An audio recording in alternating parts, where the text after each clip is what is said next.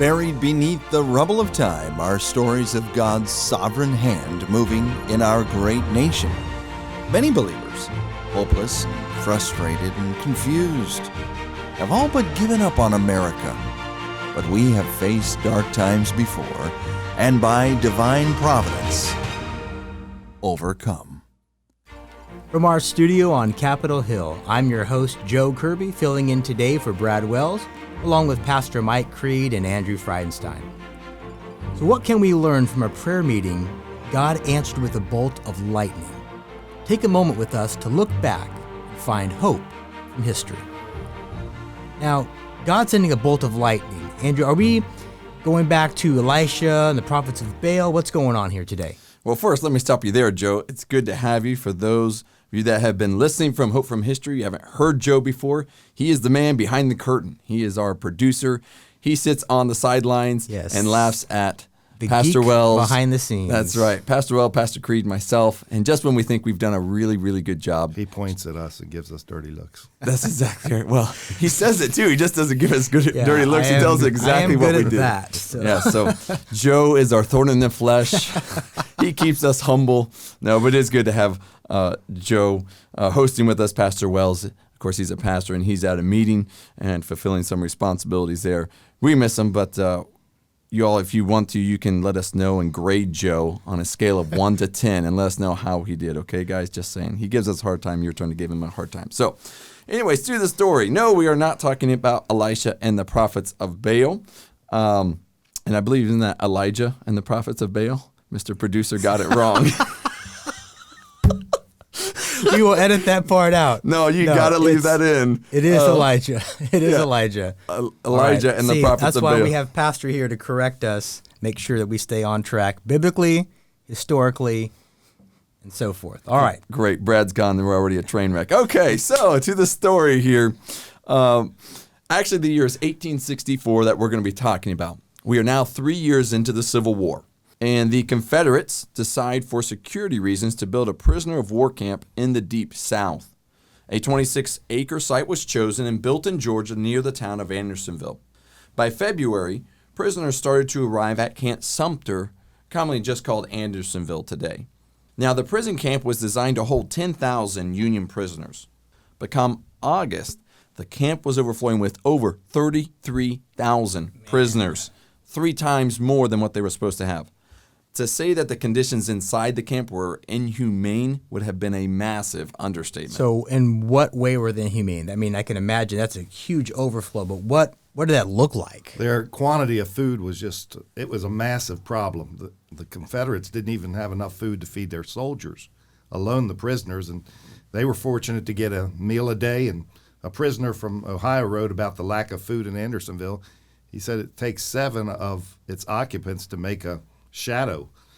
Not only was there not enough food, oftentimes the food they did get was rotten, worm, maggot infested, and can you imagine biting into your biscuit in the morning and having a maggot in the middle of your biscuit, and you really don't care because you're so honestly that's awful. When you're starving, you don't really care. If the food was that bad, the water must have been worse. I mean, what was that situation like? If the food situation was a hill you had to climb every day, the water situation was like a mountain.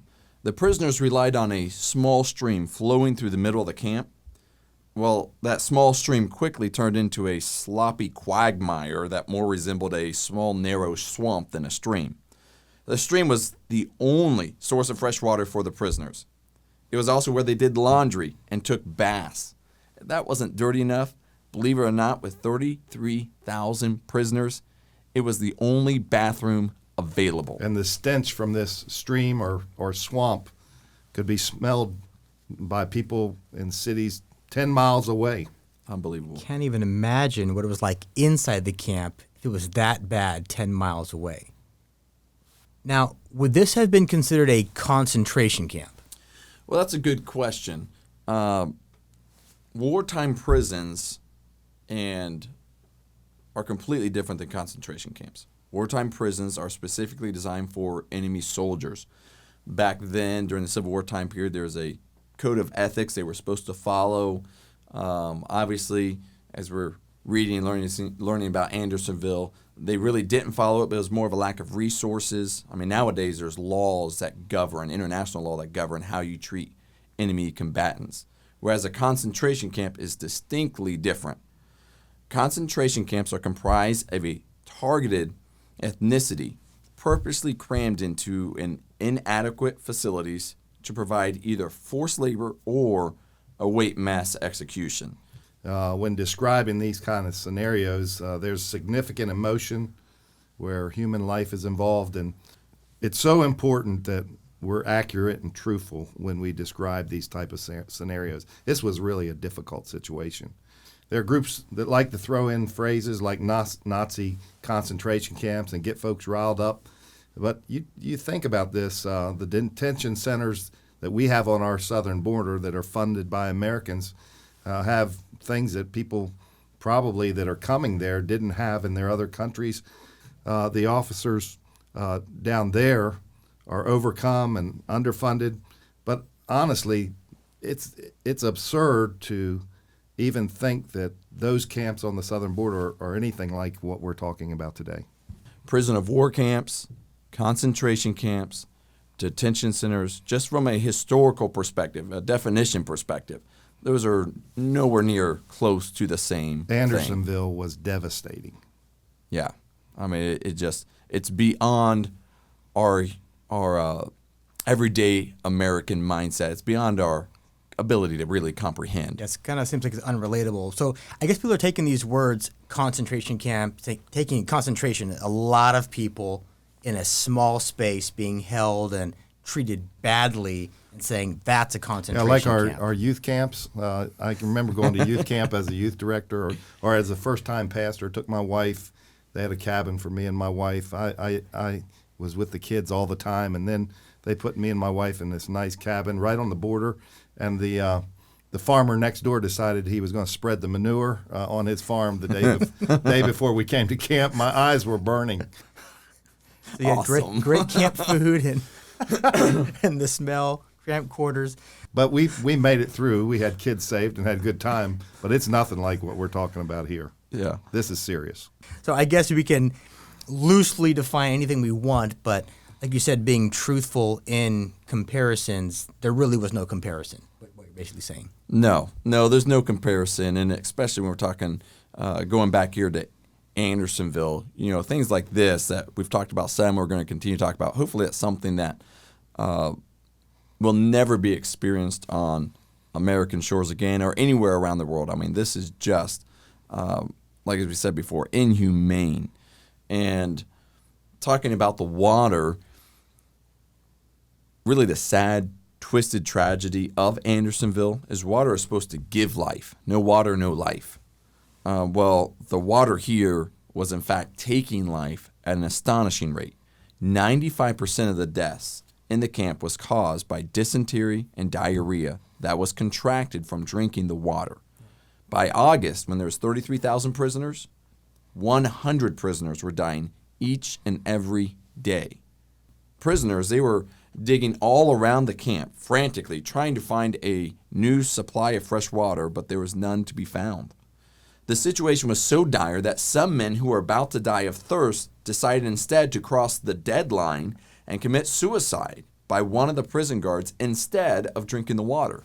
Well, what is the deadline? What does that mean? The then? deadline was it was a line of posts about 19 feet inside of the wall or the outside barrier. If you stepped over that line or stepped inside of that line, the guards would immediately shoot you. It was designed to keep prisoners away from the outside walls and discourage people from trying to escape. So imagine, your psychological mindset there as a prisoner. The food is just gross and you're starving, so you don't even care. If you drink the water, you're going to die slow and painful death. And suicide is sounding very, very attractive. After seeing a prisoner commit suicide by this deadline, if you will, there was a private by the name of William Tannehill, and he was deeply affected by this situation. And so he, with a few other people, organized some prayer meetings. Now, the purpose of the prayer meetings was to ask God for clean, fresh water.